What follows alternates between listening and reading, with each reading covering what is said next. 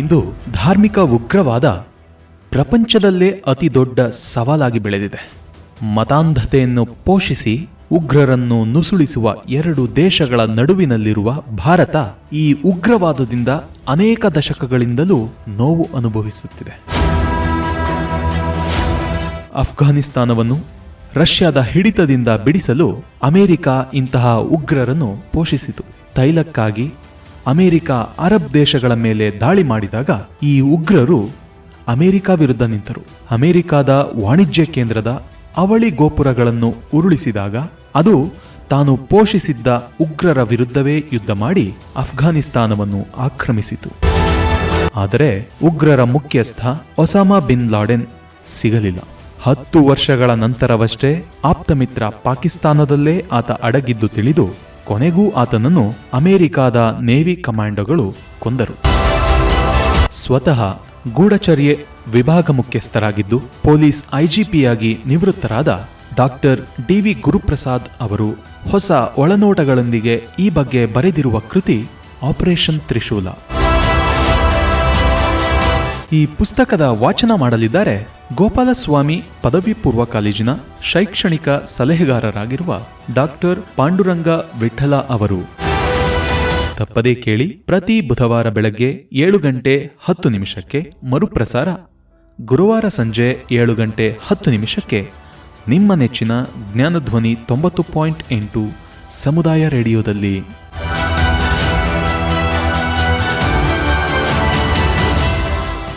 America ಯುರೋಪ್ಗಳತ್ತ ಲಾದೆನ್ ದೃಷ್ಟಿ. ಮುಂದಿನ ವರ್ಷ ಒಸಾಮಾ ತನ್ನ ದೃಷ್ಟಿಯನ್ನು ಯುರೋಪ್ನತ್ತ ನೆಟ್ಟ. ಆ ಖಂಡದಲ್ಲಿ ಇಸ್ಲಾಂ ಮೂಲಭೂತವಾದವನ್ನು ಸ್ಥಾಪಿಸಲು ಹಲವಾರು ಕಾರ್ಯಕ್ರಮಗಳನ್ನು ಹಮ್ಮಿಕೊಂಡ. ಇಮೇಲ್, ಇಂಟರ್ನೆಟ್ ಮೂಲಕ ಮೂಲಭೂತವಾದವನ್ನು ಆತ ಎಲ್ಲೆಡೆ ಪ್ರಸಾರ ಮಾಡುತ್ತಿದ್ದ. ಇದರ ಫಲವಾಗಿ 1990ರ ದಶಕದ ಮಧ್ಯಭಾಗದಲ್ಲಿ ಬಿನ್ ಲಾದೆನ್ ವಿಶ್ವದಾದ್ಯಂತ ಒಬ್ಬ ಕ್ರಾಂತಿಕಾರಿ ನಾಯಕನೆಂದು ವಿಖ್ಯಾತನಾದ. ಅವನಿಗೆ ಸಾವಿರಾರು ಯುವಕರು ಅನುಯಾಯಿಗಳಾಗಿದ್ದರು. ಈತ ಯಾವ ದೇಶದಲ್ಲಿ ಇಸ್ಲಾಂ ಆತಂಕವಾದಿ ತಂಡಗಳು ತನ್ನ ಸಹಾಯವನ್ನು ಕೋರುತ್ತವೆಯೋ ಅಂಥವರಿಗೆ ಸಹಾಯವನ್ನು ಮಾಡುತ್ತಿದ್ದ. ಅಲ್ ಖೈದಾದ ಒಂದು ಗುಂಪು ಪಾಕಿಸ್ತಾನದ ಆತಂಕವಾದಿಗಳಿಗೆ ಕಾಶ್ಮೀರದಲ್ಲಿ ದಾಳಿ ನಡೆಸಲು ತನ್ನ ಸಹಾಯ ಹಸ್ತವನ್ನು ನೀಡಿತ್ತು. ಒಸಾಮಾ ಫಿಲಿಪೀನ್ಸ್, ಮಲೇಷಿಯಾ, ಸಿಂಗಪೂರ್ ಮತ್ತು ಪಾಕಿಸ್ತಾನದ ಆತಂಕವಾದಿ ಗುಂಪುಗಳಿಗೆ ಧನ ಮತ್ತಿತರ ಸಹಾಯವನ್ನು ಮಾಡಿದ. 1994ರಲ್ಲಿಯೇ ಒಸಾಮನ ಹತ್ಯೆಯ ಪ್ರಯತ್ನವೊಂದು ನಡೆಯಿತು. ಅಪರಿಚಿತ ದಾಳಿಕೋರರು ಖಾರ್ತೂಮ್ನಲ್ಲಿನ ಅವನ ನಿವಾಸದ ಮೇಲೆ ಮೆಷಿನ್ ಗನ್ನುಗಳಿಂದ ಗುಂಡಿನ ಸುರೆಮಳೆಗರೆದರು. ಆದರೆ ಆತನಿಗಾಗಲಿ ಕುಟುಂಬದವರಿಗಾಗಲಿ ಯಾವ ಕಷ್ಟನಷ್ಟವೂ ಆಗಲಿಲ್ಲ. ಈ ದಾಳಿಯ ನಂತರ ಒಸಾಮಾ ತನ್ನ ವೈಯಕ್ತಿಕ ಭದ್ರತೆಯ ಬಗ್ಗೆ ಸಾಕಷ್ಟು ಎಚ್ಚರವನ್ನು ವಹಿಸತೊಡಗಿದ. ಬೋಜಿಂಕಾ ಕಾರ್ಯಾಚರಣೆ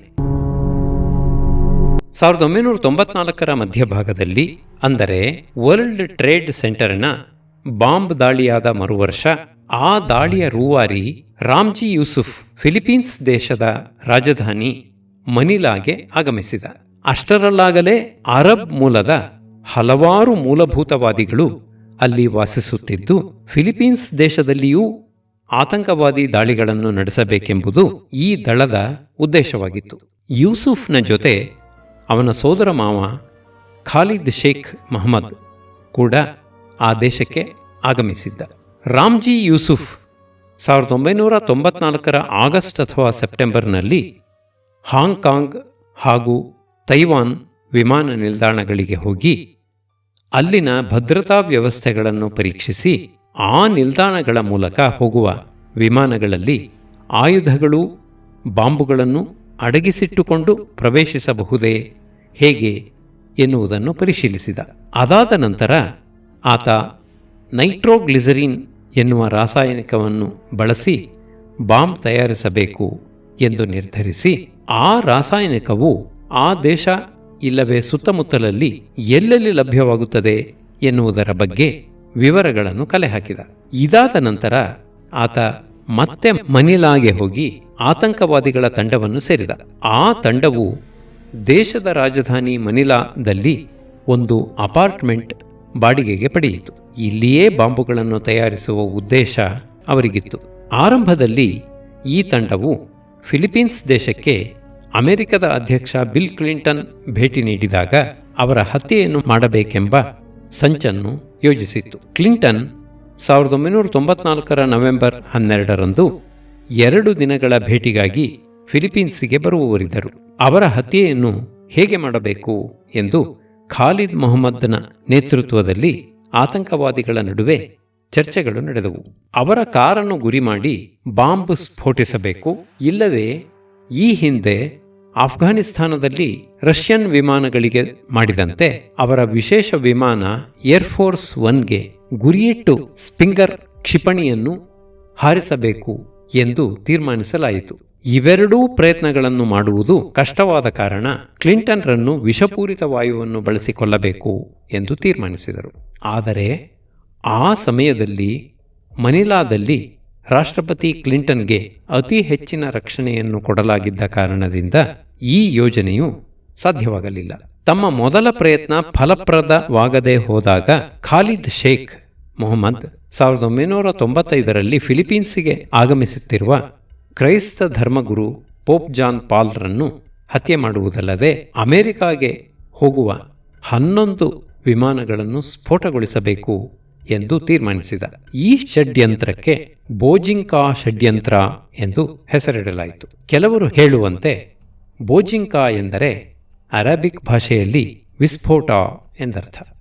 ಬೋಜಿಂಕಾ ಕಾರ್ಯಾಚರಣೆಯನ್ನು 3 ಭಾಗಗಳಲ್ಲಿ ವಿಂಗಡಿಸಲಾಗಿತ್ತು. ಭಾಗ 1ರಲ್ಲಿ ಧರ್ಮಗುರು ಪೋಪ್ ಜಾನ್ ಪಾಲ್ರನ್ನು ಫಿಲಿಪೀನ್ಸ್ನ ರಾಜಧಾನಿ ಮನಿಲಾದಲ್ಲಿ ಆತ್ಮಾಹುತಿ ದಾಳಿಕೋರನ ಸಹಾಯದಿಂದ ಹತ್ಯೆ ಮಾಡುವುದಾಗಿತ್ತು. 2ನೆಯ ಭಾಗದಲ್ಲಿ ಅಮೆರಿಕಾಗೆ ಹೋಗುವ 11 ವಿಮಾನಗಳಲ್ಲಿ ಬಾಂಬ್ ಇಟ್ಟು ಅವನ್ನು ಸ್ಫೋಟಿಸುವುದಾಗಿತ್ತು. ಈ ಕಾರ್ಯಾಚರಣೆಗೆ ಜನವರಿ 1995ರ 21 ಮತ್ತು 22ರ ದಿನಾಂಕಗಳನ್ನು ನಿಗದಿಪಡಿಸಲಾಗಿತ್ತು. ಆ ಎಲ್ಲ ವಿಮಾನಗಳೂ ಮನಿಲಾದಿಂದ ಅಮೆರಿಕದ ವಿವಿಧ ನಗರಗಳಿಗೆ ಹೋಗುವ ವಿಮಾನಗಳಾಗಿದ್ದು ಅವುಗಳು ಪೆಸಿಫಿಕ್ ಸಾಗರದ ಮೇಲೆ ಹಾರುತ್ತಿರುವಾಗ ಅವುಗಳನ್ನು ಸ್ಫೋಟಗೊಳಿಸುವುದು. ಈ ಕೃತ್ಯದಿಂದ ಸುಮಾರು 4,000 ಜನರು ಸಾಯುತ್ತಾರೆ ಎಂದು ಅವರು ಅಂದಾಜಿಸಿದ್ದರು. ಭಾಗ 3ರಲ್ಲಿ ಒಂದು ಸಣ್ಣ ವಿಮಾನವನ್ನು ಖರೀದಿಸಿ ಅದರಲ್ಲಿ ಬಾಂಬ್ಗಳನ್ನಿಟ್ಟು ಅದನ್ನು ಅಮೆರಿಕಾದ ವರ್ಜೀನಿಯಾ ಪ್ರಾಂತದ ಲಾಂಗ್ಲೇನಲ್ಲಿರುವ ಅಮೆರಿಕದ ಗೂಢಚಾರ ಸಂಸ್ಥೆ ಸಿಐಎನ ಕೇಂದ್ರ ಕಚೇರಿಯ ಕಟ್ಟಡಕ್ಕೆ ಡಿಕ್ಕಿ ಹೊಡೆದು ಸಿಐಎ ಸಂಘಟನೆಯ ಹಿರಿಯ ಅಧಿಕಾರಿಗಳ ಹತ್ಯೆ ಮಾಡಬೇಕು ಎಂದು ಯೋಜಿಸಲಾಯಿತು. ನವೆಂಬರ್ 1994ರಲ್ಲಿ ತಾನು ತಯಾರಿಸಿದ್ದ ಬಾಂಬ್ ಒಂದನ್ನು ಪರೀಕ್ಷಿಸಲು ರಾಮ್ಜಿ ಫಿಲಿಪೀನ್ಸ್ ದೇಶದ ಸೆಬು ನಗರದ ಮಾಲ್ 1ರ ಜನರೇಟರ್ ರೂಮ್ನಲ್ಲಿ ಅದನ್ನಿಟ್ಟ. ಬಾಂಬ್ ಸಿಡಿದು ಜನರೇಟರ್ ನಾಶವಾಯಿತೇ ಹೊರತು ಯಾವುದೇ ಸಾವು ನೋವುಗಳಾಗಲಿಲ್ಲ. ಇದಾದ ನಂತರ ಡಿಸೆಂಬರ್ 1994ರ 1ರಂದು ಖಾಲಿದ್ ಮನಿಲಾದ ಗ್ರೀನ್ ಬೆಲ್ಟ್ ಥಿಯೇಟರ್ನಲ್ಲಿ ಬಾಂಬ್ ಒಂದನ್ನು ಸೀಟಿನ ಕೆಳಗೆ ಇಟ್ಟ. ಬಾಂಬ್ ಸ್ಫೋಟಗೊಂಡು ಹಲವಾರು ಜನರಿಗೆ ಗಾಯಗಳಾದವು. ಆದರೆ ಯಾರೂ ಸಾಯಲಿಲ್ಲ. ಈ ಪ್ರಯತ್ನಗಳು ಯಶಸ್ವಿಯಾದ ನಂತರ ಇಂತಹುದೇ ಬಾಂಬನ್ನು ವಿಮಾನದ ಸೀಟಿನಡಿ ಇಟ್ಟರೆ ಇಡೀ ವಿಮಾನವೇ ನಾಶವಾಗಬಹುದು ಎಂದು ಆತ ತರ್ಕಿಸಿದ. ಹೀಗಾಗಿ ಆತ ವಿಮಾನದಲ್ಲಿ ಇಡುವಂತಹ ಒಂದು ಬಾಂಬನ ತಯಾರಿಯಲ್ಲಿ ತೊಡಗಿದ. 1994ರ ಡಿಸೆಂಬರ್ 11ರಂದು ರಾಮ್ಜಿ ಯೂಸುಫ್ ಫಿಲಿಪೀನ್ಸ್ನ ಮನಿಲಾದಿಂದ ಹೊರಟು ಅದೇ ದೇಶದ ಮತ್ತೊಂದು ನಗರ ಸೆಬುವನ್ನು ತಲುಪಿದ. ಅಲ್ಲಿಂದ ಜಪಾನಿನ ರಾಜಧಾನಿ ಟೋಕಿಯೋಗೆ ಹೋಗುತ್ತಿದ್ದ ಫಿಲಿಪೀನ್ಸ್ ಏರ್ಲೈನ್ಸ್ ಫ್ಲೈಟ್ 434 ವಿಮಾನವನ್ನು ಏರಿದ. ಈ ಬೋಯಿಂಗ್ 747 ಬೃಹತ್ ವಿಮಾನದಲ್ಲಿ ಮನಿಲಾದಿಂದ ಸೆಬುವರೆಗಿನ ಪ್ರಯಾಣ ಸುಮಾರು 35 ನಿಮಿಷಗಳದ್ದಾಗಿತ್ತು. ವಿಮಾನವನ್ನು ಹತ್ತುವ ಮೊದಲು ಆತ ತಾನು ತಯಾರಿಸಿದ್ದ ಬಾಂಬಿನ ಬಿಡಿಭಾಗಗಳನ್ನು ತನ್ನ ಟಾಯ್ಲೆಟ್ ಕಿಟ್ಟಿನಲ್ಲಿ ಅಡಗಿಸಿದ.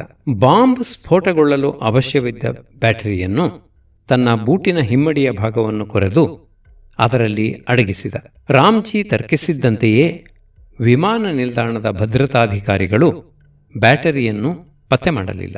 ಬೆಳಗಿನ 5:30 ಗಂಟೆಗೆ ಈ ವಿಮಾನ ಮನಿಲಾವನ್ನು ಬಿಟ್ಟಿತು.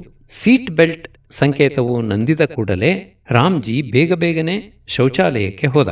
ಅಲ್ಲಿ ತನ್ನ ಟಾಯ್ಲೆಟ್ ಕಿಟ್ ತೆರೆದು ಅದರಲ್ಲಿಟ್ಟಿದ್ದ ಬಾಂಬಿನ ಬಿಡಿಭಾಗಗಳನ್ನು ಜೋಡಿಸಿದ. ತನ್ನ ಬೂಟಿನಲ್ಲಿ ಅಡಗಿಸಿದ್ದ ಬ್ಯಾಟರಿಗಳನ್ನು ಬಾಂಬಿಗೆ ಜೋಡಿಸಿ ಅದಕ್ಕೆ ಗಡಿಯಾರವೊಂದನ್ನೂ ಜೋಡಿಸಿದ.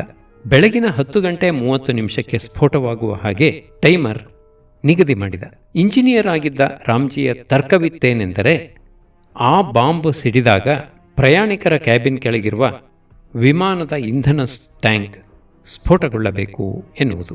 ಈ ಕಾರಣಕ್ಕಾಗಿ ಆತ ಬೋಯಿಂಗ್ ವಿಮಾನದ ನಕ್ಷೆಯನ್ನು ಪಡೆದು ವಿಮಾನದ ಯಾವ ಭಾಗದಲ್ಲಿ ಇಂಧನ ಟ್ಯಾಂಕ್ ಇರುತ್ತದೆ ಮತ್ತು ಆ ಟ್ಯಾಂಕಿನ ಮೇಲಿನ ಪ್ರದೇಶದಲ್ಲಿ ಅಳವಡಿಸುವ ಪ್ರಯಾಣಿಕರ ಸೀಟುಗಳ ಸಂಖ್ಯೆಗಳು ಯಾವುವು ಎಂದು ಮೊದಲೇ ತಿಳಿದುಕೊಂಡಿದ್ದ. ಮನಿಲಾದಿಂದ ಸೆಬುವಿಗೆ ತೆರಳುವ ವಿಮಾನದಲ್ಲಿ ಕಡಿಮೆ ಸಂಖ್ಯೆಯ ಪ್ರಯಾಣಿಕರು ಇದ್ದರು. ಬಾಂಬನ್ನು ಜೋಡಿಸಿದ ನಂತರ ರಾಮ್ಜಿ ತನಗೆ ನಿಗದಿಯಾಗಿದ್ದ ಸೀಟಿನ ಅಡಿಯಲ್ಲಿ ಆ ಬಾಂಬನ್ನು ಅಳವಡಿಸಿದ. ಅನಂತರ ಆ ಸೀಟನ್ನು ಬಿಟ್ಟು ಖಾಲಿ ಇದ್ದ ಒಂದು ಸೀಟಿಗೆ ಬಂದು ಕುಳಿತ. ವಿಮಾನವು ಸೆಬು ನಿಲ್ದಾಣದಲ್ಲಿ ಬಂದು ನಿಂತ ಕೂಡಲೇ ಆತ ಏನೂ ಆಗದಂತೆ ವಿಮಾನದಿಂದ ಕೆಳಗಿಳಿದು ಹೊರಟು ಹೋದ. ಸೆಬು ವಿಮಾನ ನಿಲ್ದಾಣದಲ್ಲಿ ವಿಮಾನವು ಅರ್ಧ ಗಂಟೆಗೂ ಹೆಚ್ಚು ಕಾಲ ನಿಂತಿತು. ಟೋಕಿಯೋಗೆ ಹೋಗುವ ಬಹಳಷ್ಟು ಪ್ರಯಾಣಿಕರು ಆ ವಿಮಾನವನ್ನು ಏರಿದರು.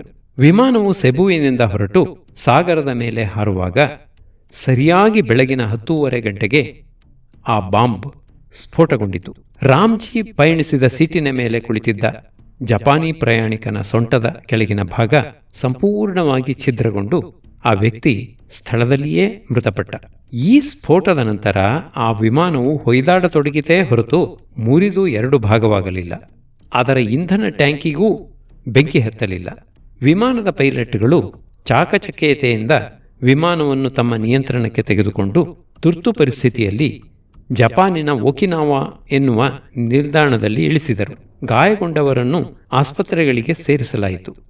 ಈ ಸ್ಫೋಟದಲ್ಲಿ ಕೇವಲ ಒಬ್ಬ ಪ್ರಯಾಣಿಕ ಅಸುನೀಗಿ 10 ಜನರು ಗಾಯಗೊಂಡಿದ್ದರು. ಉಳಿದ 292 ಪ್ರಯಾಣಿಕರು ಮತ್ತು ವೈಮಾನಿಕ ಸಿಬ್ಬಂದಿ ಆಶ್ಚರ್ಯಕರ ರೀತಿಯಲ್ಲಿ ಪಾರಾಗಿದ್ದರು.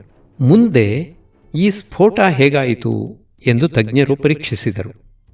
ಆ ವಿಮಾನವು ಹಳೆಯ ಮಾಡೆಲ್ ವಿಮಾನವಾಗಿದ್ದು ಅದರಲ್ಲಿನ ಇಂಧನದ ಟ್ಯಾಂಕುಗಳು ಬೇರೆಯೇ ಜಾಗದಲ್ಲಿದ್ದವು. ಬಾಂಬ್ ಇಟ್ಟಿದ್ದ ಸೀಟಿನಡಿ ಪ್ರಯಾಣಿಕರ ಲಗೇಜುಗಳನ್ನು ಇಡುವ ಸ್ಥಳವಾಗಿತ್ತು. ಹೀಗಾಗಿ ವಿಮಾನದ ಪೈಲಟ್ಗಳಿಗೆ ವಿಮಾನವನ್ನು ನಿಯಂತ್ರಣಕ್ಕೆ ತೆಗೆದುಕೊಳ್ಳುವುದು ಸಾಧ್ಯವಾದುದಲ್ಲದೆ ರಾಮ್ಜಿ ಭಾವಿಸಿದ್ದಂತೆ ವಿಮಾನಕ್ಕೆ ಭಾರೀ ಅಪಾಯವೇನೂ ಆಗಲಿಲ್ಲ. ಅಲ್ಲಿಯವರೆಗೆ ಖಾಲಿದ್ ಮತ್ತು ರಾಮ್ಜಿ ನಡೆಸಿದ್ದ ಎಲ್ಲ ದಾಳಿಗಳು ಮುಂದೆ ಅವರಿಬ್ಬರೂ ಬೋಜಿಂಕಾ ಷಡ್ಯಂತರದಡಿ ಮಾಡಬೇಕಾದ ದಾಳಿಗಳ ಪೂರ್ವಾಭ್ಯಾಸವಾಗಿತ್ತೇ ಹೊರತು ಈ ಯಾವ ದಾಳಿಯೂ ಆ ಕಾರ್ಯಾಚರಣೆಗೆ ಸಂಬಂಧಪಟ್ಟಿರಲಿಲ್ಲ. ಕಾರ್ಯಾಚರಣೆಯ ಮೊದಲ ಹಂತವೇ 1995 ಜನವರಿ 15ರಂದು ವಿಶ್ವ ಯುವ ದಿನಾಚರಣೆಯ ಸಂಬಂಧ ಮನಿಲಾಗೆ ಭೇಟಿ ನೀಡಲು ಬರುತ್ತಿದ್ದ ಕ್ರೈಸ್ತ ಧರ್ಮಗುರು ಪೋಪ್ ಪಾಲ್ರನ್ನು ಕೊಲೆ ಮಾಡುವುದಾಗಿತ್ತು. ಧರ್ಮಗುರುಗಳು ಕಾರಿನಲ್ಲಿ ಹೋಗುವ ಸಮಯದಲ್ಲಿ ರಸ್ತೆಯ ಪಕ್ಕದಲ್ಲಿಯೇ ಕ್ರೈಸ್ತ ಪಾದ್ರಿಯ ವೇಷ ಧರಿಸಿದ್ದ ಆತ್ಮಾಹುತಿ ದಾಳಿಕೋರ ಅವರ ಕೈಕುಲುಕಲು ಅವರ ಬಳಿಗೆ ಹೋದಂತೆ ಮಾಡಿ ತನ್ನ ಗೌನಿನೊಳಗೆ ಅಡಗಿಸಿಕೊಂಡಿದ್ದ ಬಾಂಬನ್ನು ಸ್ಫೋಟಗೊಳಿಸುವುದಾಗಿತ್ತು. ಈ ಕಾರ್ಯಕ್ಕಾಗಿ ಖಾಲಿದ್ ಸುಮಾರು 20 ಜನ ಆತಂಕವಾದಿಗಳನ್ನು ತಯಾರು ಮಾಡಿದ್ದ. ಈ ಯೋಜನೆಯನ್ವಯ ಖಾಲಿದ್ ಮತ್ತು ರಾಮ್ಜಿ ಯೂಸುಫ್ ವ್ಯಾಟಿಕನ್ನ ದೂತಾವಾಸಕ್ಕೆ ಕೇವಲ 200 ಮೀಟರ್ ದೂರದಲ್ಲಿದ್ದ ಡೋನಾ ಜೋಸೆಫಾ ಎಂಬ ಬಹುಮಹಡಿ ಅಪಾರ್ಟ್ಮೆಂಟ್ ಸಮುಚ್ಚಯದಲ್ಲಿ ಫ್ಲಾಟ್ ಒಂದನ್ನು ಬಾಡಿಗೆಗೆ ಪಡೆದರು. ಅವರ ಜೊತೆಗೆ ಅಬ್ದುಲ್ ಮುರಾದ್ ಎಂಬ ಇನ್ನೊಬ್ಬನೂ ಅವರನ್ನು ಸೇರಿಕೊಂಡ. ಅವರೆಲ್ಲರೂ ಸ್ಫೋಟಕಗಳನ್ನು ಬೇರೆ ಬೇರೆ ಸ್ಥಳಗಳಿಂದ ತಂದು ತಮ್ಮ ಮನೆಯಲ್ಲಿಯೇ ಬಾಂಬುಗಳನ್ನು ತಯಾರಿ ಮಾಡತೊಡಗಿದ್ದರು. ಜನವರಿ 6ರಂದು ಈ ಮನೆಯಲ್ಲಿ ರಾಮ್ಜಿ ಮತ್ತಿತರರು ಬಾಂಬನ್ನು ತಯಾರಿಸತೊಡಗಿದ್ದಾಗ ರಾತ್ರಿ 11 ಗಂಟೆಗೆ ರಾಸಾಯನಿಕ ಒಂದಕ್ಕೆ ನೀರು ಬಿದ್ದು ಅವರಿದ್ದ ಮನೆಗೆ ಬೆಂಕಿ ಹತ್ತಿತು. ಕೂಡಲೇ ಅಗ್ನಿಶಾಮಕ ದಳದವರು ಅಲ್ಲಿಗೆ ಧಾವಿಸಿದರು. ಆ ಸ್ಥಳದಲ್ಲಿಯೇ ಇದ್ದ ಖಾಲಿದ್ ಮತ್ತು ರಾಮ್ಜಿ ಹತ್ತಿರ ಹೋಗಬೇಡಿ, ದೊಡ್ಡ ಸ್ಫೋಟವಾಗಲಿದೆ ಎಂದು ಅವರನ್ನು ಎಚ್ಚರಿಸುವ ನಾಟಕವಾಡಿ ಅಲ್ಲಿಂದ ಓಡಿ ಹೋದರು. ಬೆಂಕಿಯನ್ನು ಬೇಗನೆ ಅಗ್ನಿಶಾಮಕ ದಳದವರು ನಂದಿಸಿ ಆ ಮನೆಯಲ್ಲಿ ಸಂಶಯಾಸ್ಪದ ವಸ್ತುಗಳು ಕಂಡದ್ದರಿಂದ ಪೊಲೀಸರಿಗೆ ಕರೆ ಮಾಡಿದರು. ಪೊಲೀಸರು ಅಲ್ಲಿಗೆ ಬಂದಾಗ ಬಾಂಬ್ ತಯಾರಿಕಾ ಸಾಮಗ್ರಿಯನ್ನು ಕಂಡರು. ಆ ಮನೆಯಲ್ಲಿಯೇ ರಾಮ್ಜಿಗೆ ಸೇರಿದ್ದ ಒಂದು ಲ್ಯಾಪ್ಟಾಪ್ ಪತ್ತೆಯಾಯಿತು. ಅದನ್ನು ತೆರೆದು ಪರೀಕ್ಷಿಸಿದರು. ಮನೆಯಲ್ಲಿಯೇ ಸೆರೆಸಿಕ್ಕ ಅಬ್ದುಲ್ ಮುರಾದ್ನನ್ನು ಪ್ರಶ್ನಿಸಿದಾಗ ಇಡೀ ಷಡ್ಯಂತ್ರವೇ ಬಯಲಾಯಿತು. ಅಷ್ಟರಲ್ಲಿ ರಾಮ್ಜಿ ಮತ್ತು ಖಾಲಿದ್ ಫಿಲಿಪೀನ್ಸ್ ದೇಶದಿಂದ ಥೈಲ್ಯಾಂಡ್ ದೇಶಕ್ಕೆ ಓಡಿ ಹೋಗಿದ್ದರು. ಪೋಪರು ಮನಿಲಾಗೆ ಆಗಮಿಸುವ ಒಂದು ವಾರದ ಮೊದಲೇ ಈ ಘಟನೆಯು ನಡೆದ ಕಾರಣ ಅವರ ಹತ್ಯೆಯ ಷಡ್ಯಂತ್ರವು ಸಫಲವಾಗಲಿಲ್ಲ. ಓಡಿ ಹೋಗಿದ್ದ ಸೋದರ ಮಾವ ಸೋದರಳಿಯ ಖಾಲಿದ್ ಮತ್ತು ರಾಮ್ಜಿ ಇವರಿಬ್ಬರ ಪತ್ತೆಗೆ ಬಲೆ ಬೀಸಿದ ಪೊಲೀಸರು ಅಮೆರಿಕ ದೇಶಕ್ಕೂ ಈ ಮಾಹಿತಿಯನ್ನು ಕೊಟ್ಟರು. ಅಮೆರಿಕದ ಗೂಢಚಾರ ದಳದ ಅಧಿಕಾರಿಗಳು ಪರಾರಿಯಾಗಿದ್ದ ಇಬ್ಬರನ್ನು ನಾನಾ ದೇಶಗಳಲ್ಲಿ ಹುಡುಕತೊಡಗಿದರು. ರಾಮ್ಜಿ ಪಾಕಿಸ್ತಾನದಲ್ಲಿ ಅಡಗಿರುವ ಬಗ್ಗೆ ಅಮೆರಿಕದ ಸಿಐಎ ಅಧಿಕಾರಿಗಳಿಗೆ ಮಾಹಿತಿದಾರನೊಬ್ಬ ತಿಳಿಸಿದ.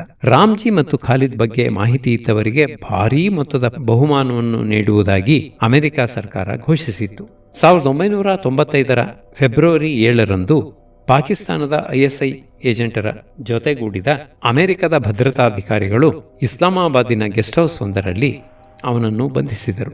ಆತ ಮಾರನೆಯ ದಿನವೇ ಪೆಷಾವರ್ಗೆ ಹೋಗುತ್ತಿದ್ದುದಾಗಿ ತಿಳಿಸಿದ.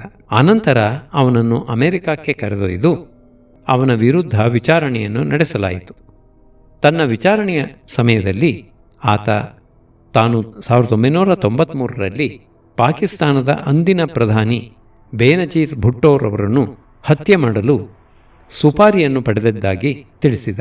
ತಾನು ತನ್ನ ಸಹಚರ ಅಬ್ದುಲ್ ಮುರಾದ್ನ ಜೊತೆಗೂಡಿ ಪ್ರಧಾನಿಯ ನಿವಾಸದ ಬಳಿ ಹೋದಾಗ ಪೊಲೀಸರು ತಮ್ಮನ್ನು ಸಂಶಯದಿಂದ ಪ್ರಶ್ನಿಸಲು ಶುರು ಮಾಡಿದಾಗ ತಾವು ಹೆದರಿ ಓಡೆ ಹೋದೆವೆಂದು ಆತ ತಿಳಿಸಿದ. ಈಗಲೂ ರಾಮ್ಜಿ ಅಮೆರಿಕದಲ್ಲಿ ಬಂಧನದಲ್ಲಿದ್ದಾನೆ. ಈಜಿಪ್ಟ್ ದೇಶದ ಅಧ್ಯಕ್ಷರ ಹತ್ಯೆಯ ಯತ್ನ. 1995 ಜೂನ್ ಮಾಹೆಯಲ್ಲಿ ಈಜಿಪ್ಟ್ ದೇಶದ ಅಧ್ಯಕ್ಷ ಹೊಸ್ನಿ ಮುಬಾರಕ್ರವರನ್ನು ಸೂಡಾನಿನ ನೆರೆ ರಾಷ್ಟ್ರ ಇಥಿಯೋಪಿಯಾದಲ್ಲಿ ಹತ್ಯೆ ಮಾಡುವ ವಿಫಲ ಯತ್ನ ನಡೆಯಿತು. ಈ ದಾಳಿಯನ್ನು ಈಜಿಪ್ಷಿಯನ್ ಇಸ್ಲಾಮಿಕ್ ಗ್ರೂಪ್ ಸಂಘಟನೆಯು ಮಾಡಿದ್ದು ಹತ್ಯೆಕೋರರು ಸೂಡಾನ್ನಲ್ಲಿ ಒಸಾಮನ ಸಂಘಟನೆಯ ಆಶ್ರಯವನ್ನು ಪಡೆದಿದ್ದರು ಎಂದು ತಿಳಿಯಿತು. ಸಂಚುಕೋರರನ್ನು ಈಜಿಪ್ಟ್ ದೇಶದ ವಶಕ್ಕೆ ನೀಡಲು ಸೂಡಾನ್ ಒಪ್ಪದಿದ್ದಾಗ ವಿಶ್ವಸಂಸ್ಥೆಯು ಆ ದೇಶದ ಮೇಲೆ ದಿಗ್ಬಂಧನವನ್ನು ಹಾಕಿತು. ಏತನ್ಮಧ್ಯೆ ಇತರ ದೇಶಗಳಾದ ಲಿಬಿಯಾ, ಸಿರಿಯಾ ಮತ್ತು ಜೋರ್ಡಾನ್ಗಳು ಸೂಡಾನಿನಿಂದ ಒಸಾಮನನ್ನು ಹೊರಗಟ್ಟಲು ಒತ್ತಡವನ್ನು ಹೇರತೊಡಗಿದವು. ಅದೇ ವರ್ಷ ಆತ ಮತ್ತೊಮ್ಮೆ ಅರಬ್ ಪ್ರಾಂತಗಳತ್ತ ತನ್ನ ದೃಷ್ಟಿಯನ್ನು ನೆಟ್ಟ. ತನ್ನ ಏಳಿಗೆಗೆ ತನ್ನ ಮಾತೃಭೂಮಿಯಾದ ಸೌದಿ ಅರೇಬಿಯಾ ಅಡ್ಡಿ ಬರುತ್ತಿದ್ದುದು ಅವನಿಗೆ ನುಂಗಲಾರದ ತುತ್ತಾಗಿತ್ತು. ಹೀಗಾಗಿ 1995 ನವೆಂಬರ್ನಲ್ಲಿ ಆತ ಆ ದೇಶದ ರಾಜಧಾನಿ ರಿಯಾದ್ನಲ್ಲಿ ಅಮೆರಿಕ ದೇಶದ ಸಹಭಾಗಿತ್ವದಲ್ಲಿ ನಡೆಯುತ್ತಿದ್ದ ಒಂದು ಸೈನಿಕ ತರಬೇತಿ ಕೇಂದ್ರದ ಮೇಲೆ ಕಾರ್ ಬಾಂಬ್ ಮೂಲಕ ಆಕ್ರಮಣ ನಡೆಸಿದ. ಈ ದಾಳಿಯಲ್ಲಿ 5 ಅಮೆರಿಕನ್ನರು ಹಾಗೂ 2 ಭಾರತೀಯ ಅಧಿಕಾರಿಗಳು ಮೃತಪಟ್ಟರು. ದಾಳಿ ನಡೆಸಿದ 4 ಜನರನ್ನು ಬಂಧಿಸಿದಾಗ ಅವರು ತಾವು ಒಸಾಮನ ಪ್ರಚೋದನೆಯ ಮೇರೆಗೆ ದಾಳಿಯನ್ನು ನಡೆಸಿದ್ದಾಗಿ ಒಪ್ಪಿಕೊಂಡರು. ಅವರೆಲ್ಲರನ್ನೂ ಗಲ್ಲಿಗೇರಿಸಲಾಯಿತು. ಜೂನ್ 1996ರಲ್ಲಿ ಸೌದಿಯ ದಹ್ರಾನ್ ನಗರದಲ್ಲಿ ಅಮೆರಿಕದ ವಾಯುಪಡೆಯ ಅಧಿಕಾರಿಗಳು ವಾಸವಿದ್ದ ವಸತಿ ಸಮುಚ್ಚಯದ ಮೇಲೆ ಟ್ರಕ್ ಬಾಂಬ್ ಮೂಲಕ ದಾಳಿಯೊಂದು ನಡೆಯಿತು. ಇದರಲ್ಲಿ 19 ಅಮೆರಿಕನ್ನರು ಹತರಾಗಿ 372 ಮಂದಿ ಗಾಯಗೊಂಡರು. ಈ ಸಂಬಂಧ ನಡೆದ ತನಿಖೆಯಲ್ಲಿ ದಾಳಿಯ ಮೂಲ ರೂವಾರಿ ಇರಾನ್ ದೇಶದ ಬೆಂಬಲ ಹೊಂದಿರುವ ಆತಂಕವಾದಿ ಸಂಘಟನೆ ಹೆಜ್ಬೊಲ್ಲಾ ಎಂದು ತಿಳಿಯಿತಾದರೂ ದಾಳಿಯಲ್ಲಿ ಅಲ್ ಖೈದಾದ ಪಾತ್ರವೂ ಇತ್ತೆಂದು ತಿಳಿಯಿತು. 1992ರಲ್ಲಿಯೇ ಸೂಡಾನಿನ ಧರ್ಮ ಪ್ರವರ್ತಕ ತುರಾಬಿ ಇಸ್ಲಾಂ ಧರ್ಮದ 2 ಬಣಗಳಾದ ಶಿಯಾ ಮತ್ತು ಸುನ್ನಿಗಳು ತಮ್ಮ ಪ್ರಮುಖ ವೈರಿ ಅಮೆರಿಕವನ್ನು ಎದುರಿಸುವ ಸಲುವಾಗಿ ತಮ್ಮೊಳಗಿನ ವೈಮನಸ್ಯಗಳನ್ನು ಮರೆತು ಒಗ್ಗೂಡಬೇಕು ಎಂದು ಕರೆ ನೀಡಿದ್ದ. ಇದರ ಫಲವಾಗಿ ಹಲವಾರು ಹಿರಿಯ ಅಲ್ ಖೈದಾ ನಾಯಕರು ಇರಾನ್ಗೆ ಹೋಗಿ ಅಲ್ಲಿ ಸ್ಫೋಟಕಗಳ ಬಗ್ಗೆ ತರಬೇತಿ ಪಡೆದಿದ್ದರು. ಅನಂತರ ಇನ್ನೂ ಕೆಲವರು ಲೆಬನಾನ್ಗೆ ಹೋಗಿ ಹೆಜ್ಬೊಲ್ಲಾ ಸಂಘಟನೆಯ ಆಶ್ರಯದಲ್ಲಿ ನಡೆದ ತರಬೇತಿ ಶಿಬಿರದಲ್ಲಿ ಟ್ರಕ್ ಬಾಂಬ್ಗಳನ್ನು ಹೇಗೆ ಬಳಸಬೇಕು ಎಂಬುದನ್ನು ಕಲಿತು ಬಂದಿದ್ದರು. ಅದೇ ರೀತಿಯೇ ಅಲ್ ಖೈದಾ ಇರಾಕ್ನ ಸದ್ದಾಂ ಹುಸೇನನ ಜೊತೆಗೂ ಸಹಕಾರ ಪಡೆಯಲು ಹಿಂಜರಿದಿರಲಿಲ್ಲ. ಅಮೆರಿಕವನ್ನು ಹಿಮ್ಮೆಟ್ಟಿಸಲು ತಾನು ಯಾರ ಸಹಾಯವನ್ನು ಪಡೆಯಲೂ ತಯಾರು ಎನ್ನುವುದು ಒಸಾಮನ ನಿಲುವಾಗಿತ್ತು. 1996ರಲ್ಲಿ ಸೂಡಾನ್ನಿಂದ ಒಸಾಮಾ ಬಿನ್ ಲಾದೆನ್ನನ್ನು ಹೊರಗಟ್ಟಬೇಕು ಎಂದು ಹಲವಾರು ದೇಶಗಳು ಸೂಡಾನಿನ ಮೇಲೆ ಒತ್ತಡವನ್ನು ಹೇರತೊಡಗಿದವು. ಅಮೆರಿಕ ದೇಶವೂ ಸೌದಿ ಅರೇಬಿಯಾದ ಜೊತೆಗೂಡಿ ಸೂಡಾನಿನ ಮೇಲೆ ಆರ್ಥಿಕ ದಿಗ್ಬಂಧನವನ್ನು ಹೇರಿತು. ಅಮೆರಿಕಾಗೆ ಬೆಂಬಲ ನೀಡುತ್ತಿದ್ದ ಹಲವಾರು ಮುಸ್ಲಿಂ ರಾಷ್ಟ್ರಗಳು ಸೂಡಾನಿನ ನೀತಿಯನ್ನು ವಿರೋಧಿಸಿ ಆರ್ಥಿಕ ದಿಗ್ಬಂಧನವನ್ನು ಹೇರಲಾರಂಭಿಸಿದಾಗ ವಿಧಿ ಇಲ್ಲದೆ ಸೂಡಾನ್ ಒಸಾಮನನ್ನು ತನ್ನ ದೇಶದಿಂದ ಹೊರಗೆ ಹೋಗಲು ಸೂಚಿಸಿತು.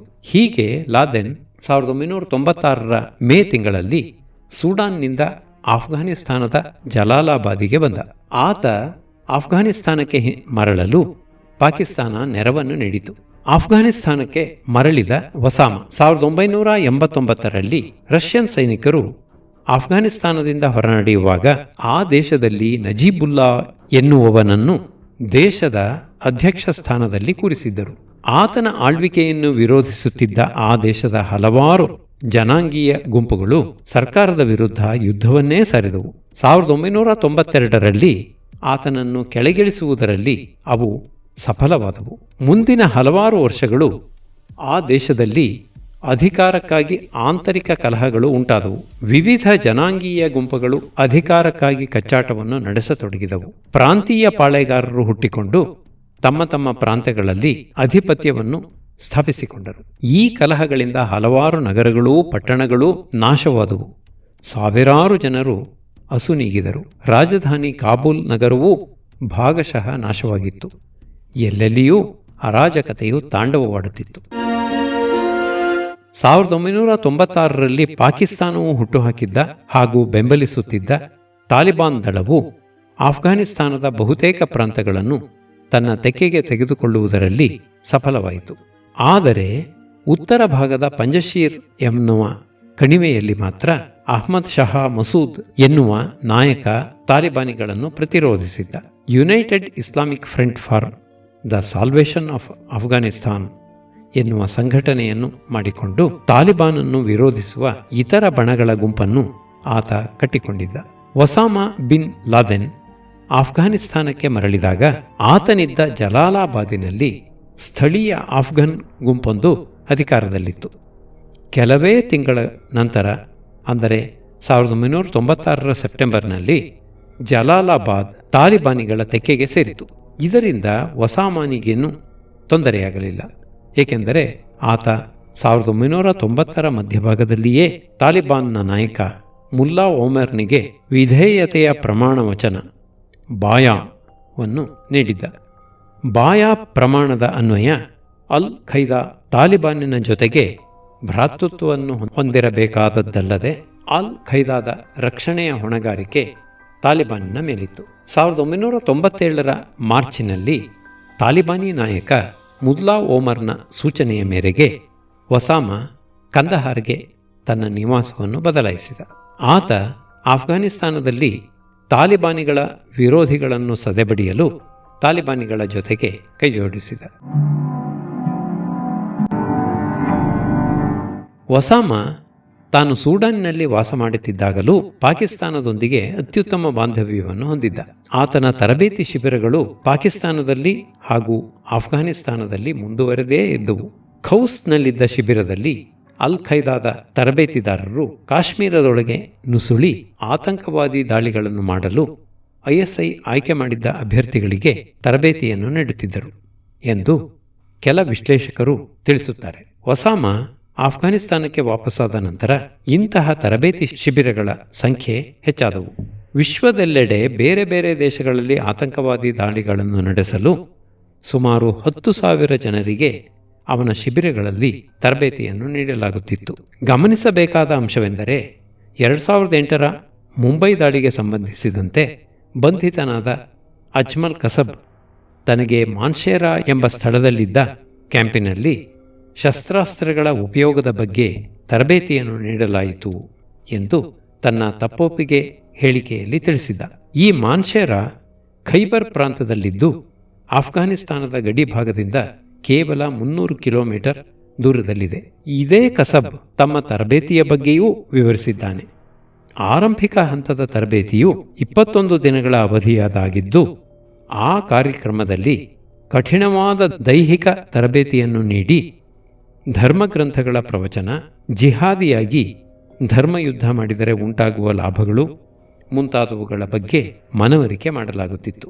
ಎರಡನೆಯ ಹಂತದಲ್ಲಿ 21 ದಿನಗಳ ಕಾಲ ಬೆಟ್ಟಗುಡ್ಡಗಳು, ಪರ್ವತಗಳು, ಅರಣ್ಯಗಳು ಮತ್ತಿತರ ದುರ್ಗಮ ಪ್ರದೇಶಗಳಲ್ಲಿ ಕದನವನ್ನು ಹೇಗೆ ಮಾಡಬೇಕು ಎಂದು ಕಲಿಸಿ ವಿವಿಧ ರೀತಿಯ ಆಯುಧಗಳ ಬಳಕೆಯ ಬಗ್ಗೆ ತಿಳಿಸಲಾಗುತ್ತಿತ್ತು.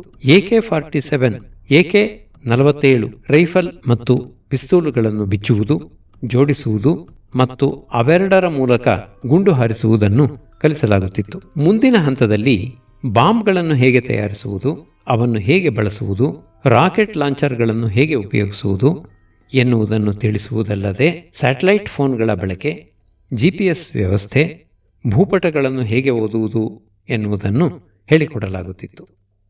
ಇಷ್ಟಾದ ನಂತರ ಪ್ರಶಿಕ್ಷಣಾರ್ಥಿಯು ಯುದ್ಧಕ್ಕೆ ತಯಾರಾಗುತ್ತಿದ್ದ.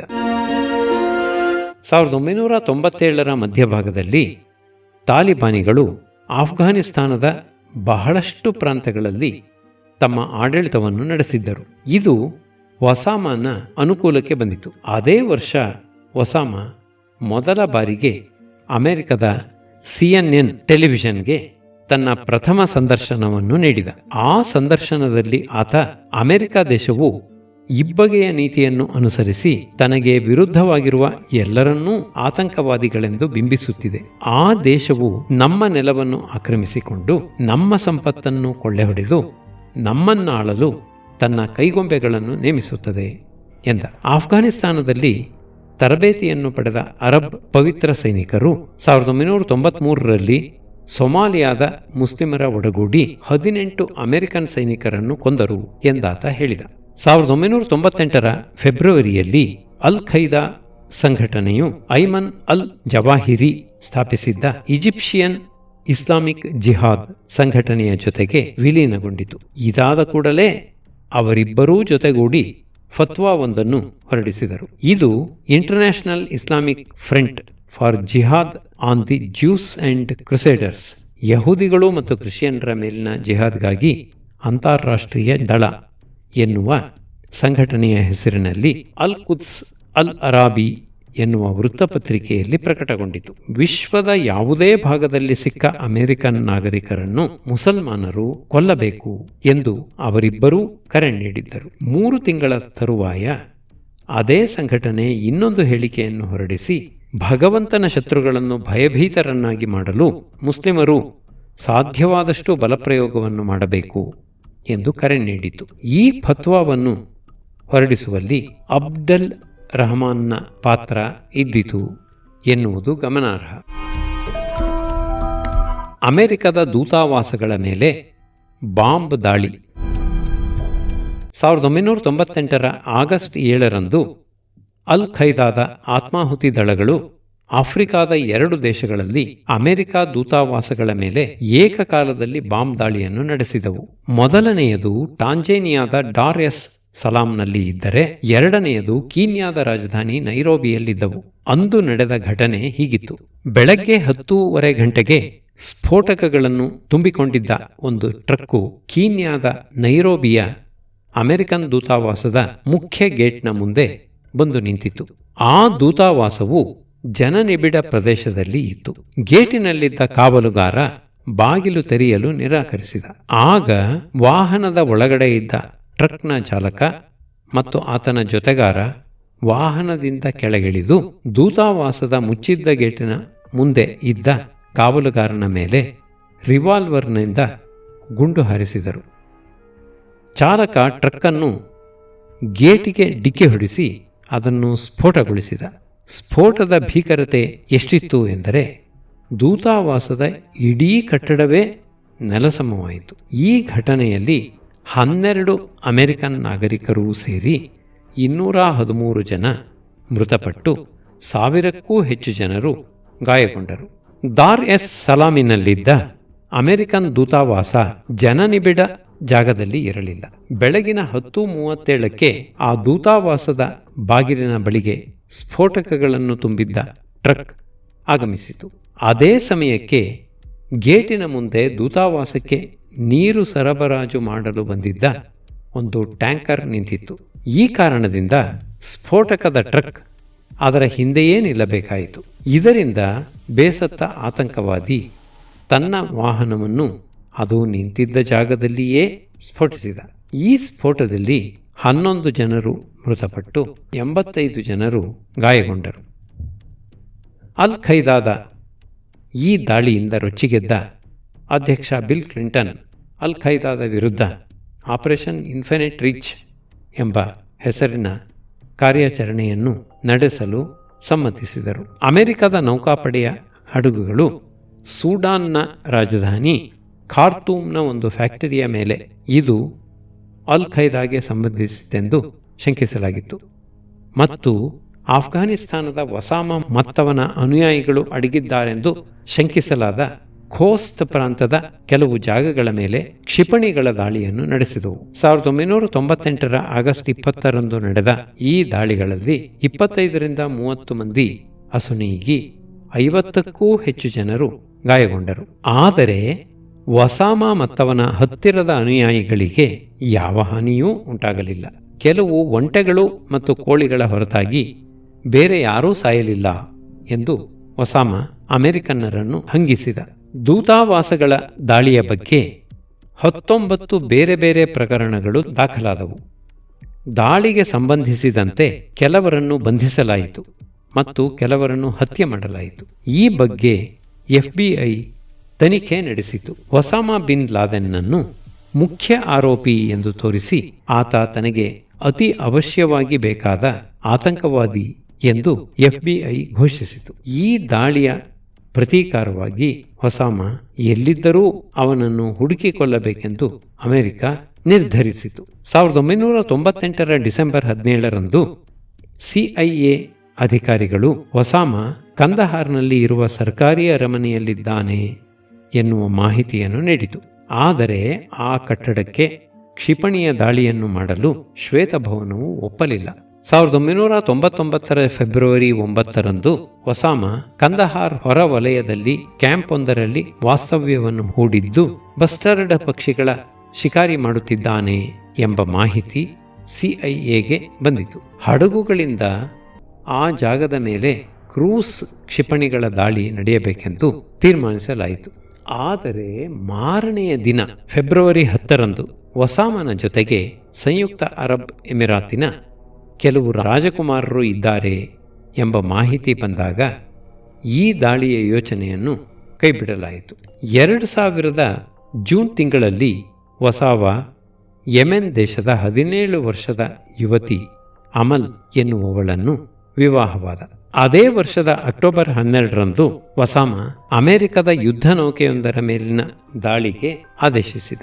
ಯೆಮನ್ ದೇಶದ ಬಂದರಿನಲ್ಲಿ ಇಂಧನವನ್ನು ತುಂಬಿಕೊಳ್ಳಲು ಆ ದಿನ ಯುದ್ಧ ನೌಕೆ USS ಕೋಲ್ ನಿಂತಿತ್ತು. ಬೆಳಗಿನ 11ರ ಸುಮಾರಿನಲ್ಲಿ C4 ಸ್ಫೋಟಕಗಳನ್ನು ತುಂಬಿಕೊಂಡಿದ್ದ ಒಂದು ಸಣ್ಣ ಫೈಬರ್ ಗ್ಲಾಸ್ ದೊಡ್ಡ ದೋಣಿಯು ವೇಗವಾಗಿ ಬಂದು ಯುದ್ಧ ನೌಕೆಯ ಮಧ್ಯಭಾಗಕ್ಕೆ ಡಿಕ್ಕಿ ಹೊಡೆಯಿತು. ಇದರ ಫಲವಾಗಿ ಉಂಟಾದ ಸ್ಫೋಟದಲ್ಲಿ 2 ಆತ್ಮಾಹುತಿ ದಾಳಿಕೋರರಲ್ಲದೆ 17 ನೌಕಾ ಸಿಬ್ಬಂದಿ ಹತರಾದರು. 37 ಜನರು ಗಾಯಗೊಂಡರು. ಈ ದಾಳಿಗೆ ತಾನೇ ಕಾರಣನೆಂದು ಅಲ್ ಖೈದಾ ಘೋಷಿಸಿತು. ಈ ದಾಳಿಯಿಂದ ಕ್ರೋಧಗೊಂಡ ಅಧ್ಯಕ್ಷ ಬಿಲ್ ಕ್ಲಿಂಟನ್ ಇದೊಂದು ಭೀಕರ ಆತಂಕವಾದಿ ದಾಳಿಯಾಗಿದ್ದು ಈ ದಾಳಿಗೆ ಕಾರಣರಾದವರನ್ನು ಪತ್ತೆ ಮಾಡಿ ಸೂಕ್ತ ಶಿಕ್ಷೆಯನ್ನು ನೀಡುವುದಾಗಿ ಪ್ರಕಟಿಸಿದರು. ಮುಂದಿನ 11 ತಿಂಗಳಲ್ಲಿಯೇ ತಮ್ಮ ದೇಶದ ನೆಲದ ಮೇಲೆಯೇ ಇನ್ನೊಂದು ಮಾರಕ ದಾಳಿ ಆಗಬಹುದೆಂದು ಅವರು ಆ ಸಮಯದಲ್ಲಿ ಊಹಿಸಿಯೂ ಇರಲಿಲ್ಲ.